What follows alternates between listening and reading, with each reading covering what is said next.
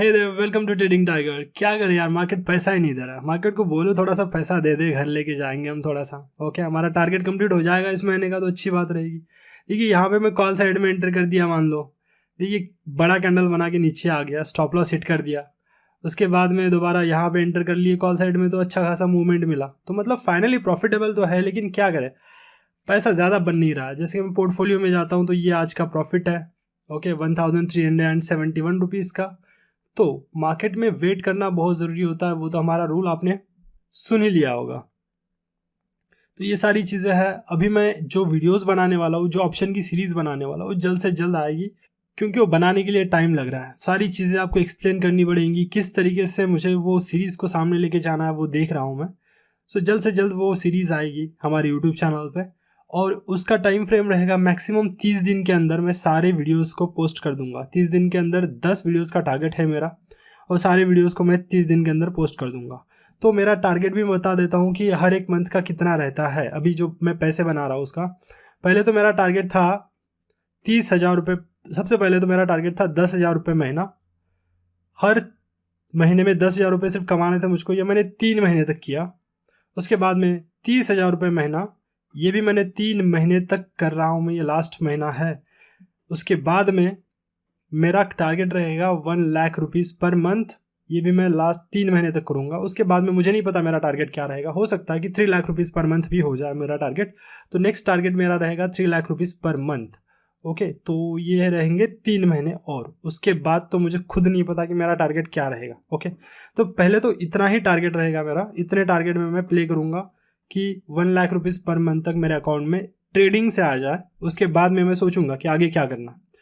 तो ये सारी चीज़ें हैं। एक दिन में भी मार्केट कभी कभी 1 लाख रुपए देगा, अगर मेरा कैपिटल रहेगा 3 लाख तो। और ये रहता है मेरा कि मान लो 1 लाख अगर मेरे ट्रेडिंग अकाउंट में है, तो उसका 30% मुझको पर मंथ कमाना होता है। कितना? 30% कमाना होता है 1 लाख के ऊपर, और वो बन जाता है, आराम से बन जाता है। मेरे अकाउंट में ज़्यादा मैं रखता भी नहीं हूँ, 70,000 80,000 रहते हैं, लेकिन मैं मान के चलता हूँ कि मेरे अकाउंट में 1 लाख रुपीज़ है। तो ये सारी चीज़ें हैं जो मैं आपको बताऊंगा कि साइकोलॉजी आपकी बहुत मैटर करती है। जो ऑप्शन की सीरीज़ आएंगी उसमें ये सारी चीज़ों को मैं एक्सप्लेन करते जाऊंगा कि क्या होते हैं ऑप्शंस, किस तरीके से आपको टारगेट रखना चाहिए, साइकोलॉजी क्या होनी चाहिए, रिस्क मैनेजमेंट क्या होना चाहिए, उसके बाद आपको एट द मनी लेना है, इन द मनी लेना है। ये सारी चीज़ों को मैं एक्सप्लेन करते जाऊंगा उसमें।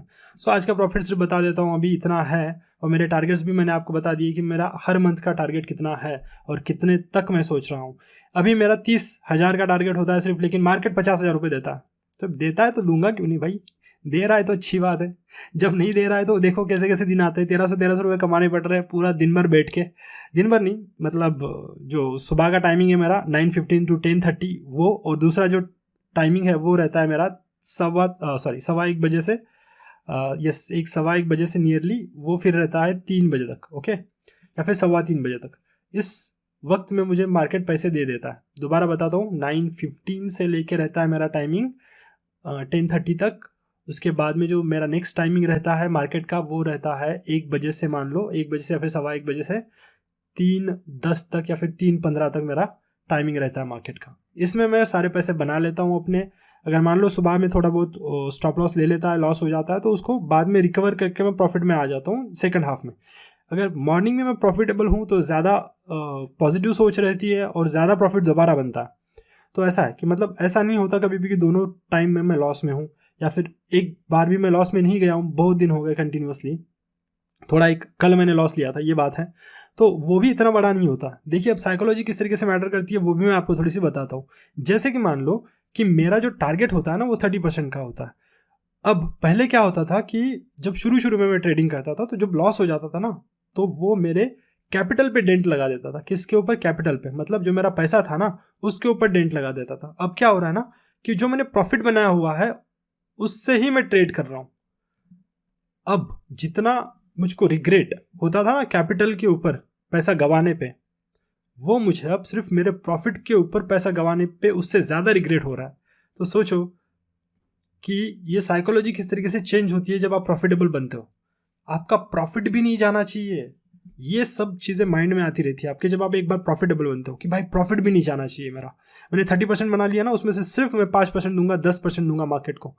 तो साइकोलॉजी इसी तरीके से बिल्डअप होती है। एडवांस लेवल की चीज़ें उस तभी आती है जब आप कंसिस्टेंटली मार्केट में रहता हूँ। तो कंसिस्टेंटली मार्केट में रहना सीखिए, आपका जो प्रॉफिटेबिलिटी कर्व है वो जल्दी से ऊपर जाएगा। ओके, आपका साइकोलॉजी कर्व है वो भी जल्दी से ऊपर चला जाएगा।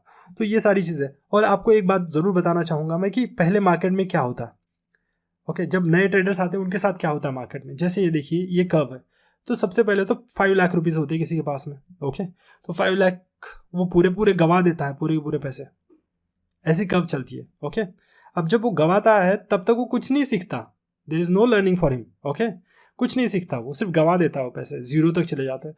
फिर कुछ लोग क्या करते हैं कि बैंक से भी लोन उठाते हैं, मान लो 2 लाख रुपीज़ का लोन उठा लिया। ओके, और फिर उनकी कर्व चलती है ऐसे, क्योंकि वो सीखते रहते हैं उस वक्त, क्योंकि उनको पता होता है यार ये पैसा हमारा है नहीं, इसको गवा नहीं सकते।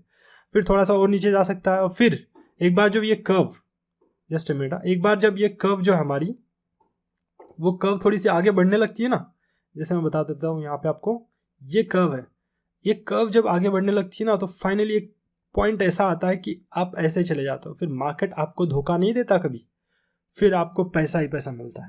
ओके, तो ये कर्व आप याद रखो। पहले तो आपके पास जितना भी कैपिटल है वो चला जाएगा, मैं लिख के देता हूँ। अगर आप लर्निंग नहीं करोगे उस वक्त फेज में तो आपका कैपिटल चला जाएगा। लर्निंग बहुत इंपॉर्टेंट है। आप क्या करते हो ना कि जब पैसा होता है ना, अरे कोई नहीं मेरे पास है ना पैसा, और जब गुस्से में, एरोगेंसी में, या फिर फ्रस्ट्रेशन में थोड़ा लॉस हो गया, क्या जाएगा, मेरा पूरा पैसा लेके जाएगा और क्या हो जाएगा, ऐसा आपको होता है, और फिर वो सच में पूरा पैसा लेके जाता है।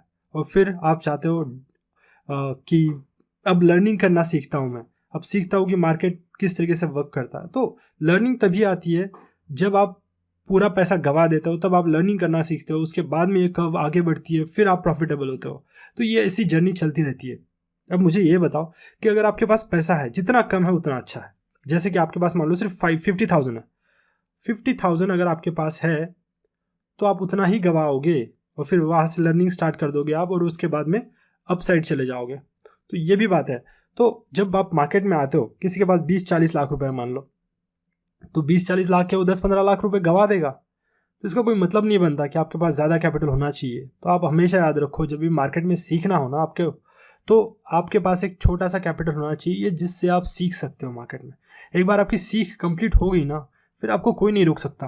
आप कंसिस्टेंटली प्रॉफिटेबल होते जाते हो, आप अपने खुद के रूल्स बनाते रहते हो। मेरे पास पता है आप कितने रूल्स हैं, मेरे पास नियरली 30 रूल्स बना के रखे हुए हैं। 30 रूल्स को मैं रोज़ देखता हूँ। सुबह जब मार्केट में आता हूँ तो 30 रूल्स को देखता हूँ कि यार ये सारे रूल्स हैं मेरे, इनको मैं पढ़ लेता हूँ तभी मैं ट्रेडिंग करूँगा, अदरवाइज मैं ट्रेडिंग नहीं करूँगा।